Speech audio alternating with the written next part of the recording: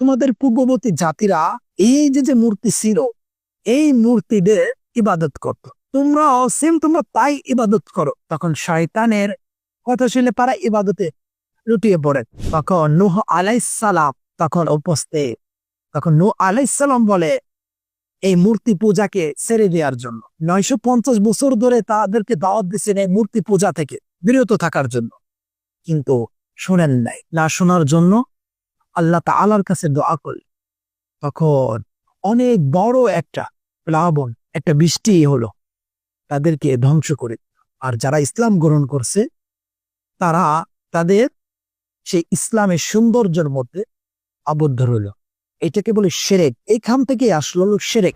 2 নম্বর যে কারণে আমাদের ঈমান ভেঙে যায় সেটা হলো আল্লাহর সাথে তুলনা করা।